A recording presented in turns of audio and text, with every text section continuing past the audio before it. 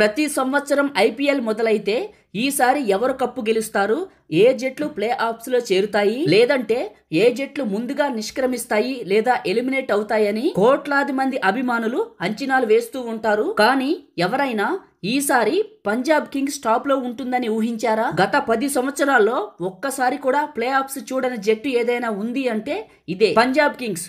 పేరులో కింగ్స్ ఉన్నా కూడా నిజంగా దానికి తగ్గ ఫలితం అయితే అనిపించుకోలేకపోయారు. కానీ ఈసారి పరిస్థితి అయితే పూర్తిగా మారిపోయింది. ఈసారి పంజాబ్ వరుసగా విజయం సాధిస్తూ టాప్ 2 లో నిలిచింది. ఒక్క విజయం దూరంలో ఫైనల్లో ఉంది. ఇది సామాన్యమైన విషయం కాదు, ఇది చరిత్ర సృష్టించే మైలురాయి. ఈ సక్సెస్ వెనుక ఒక పేరైతే ఉంది, ఆ పేరే శ్రేయస్ అయ్యర్. ఇతనికి ఎలాంటి క్రెడిట్స్ ఉన్నాయంటే ఢిల్లీని ఫైనల్ కు తీసుకువెళ్లాడు, కోల్కతాకైతే ఏకంగా ట్రోఫీనే తీసుకొచ్చి ఇచ్చాడు. అయినా కూడా పోయిన సంవత్సరం జరిగిన మ్యాచ్ లో కెప్టెన్ కి కప్పు గెలిచినా కూడా తగినంత గౌరవం అయితే దక్కలేదు. ఈసారి పంజాబ్ కింగ్స్ అయితే అతడును నమ్మింది, ఆ నమ్మకాన్ని న్యాయంగా నిలబెట్టాడనే చెప్పాలి శ్రేయస్ అయ్యర్. ఈ సంవత్సరం పంజాబ్ ఆడిన విధానం చూస్తే అది నిశ్చయంగా శ్రేయస్ వల్లే జరుగుతుంది. తాను చేసిన కెప్టెన్సీ వల్లే నిజంగా ఇక్కడ వరకు వచ్చిందని చెప్పుకోవాలి. ఎంఐ లాంటి పెద్ద పెద్ద టీంలనే అలవోకగా ఓడించాడు. ప్రత్యర్థులందరికీ కూడా చెమటలు పట్టించి ఈ రోజు అగ్రస్థానంలో నిలిచాడు. ఇప్పుడు ఈ జట్టు ఫైనల్ కు చేరిందంటే ఒక్కసారి ఆలోచించండి,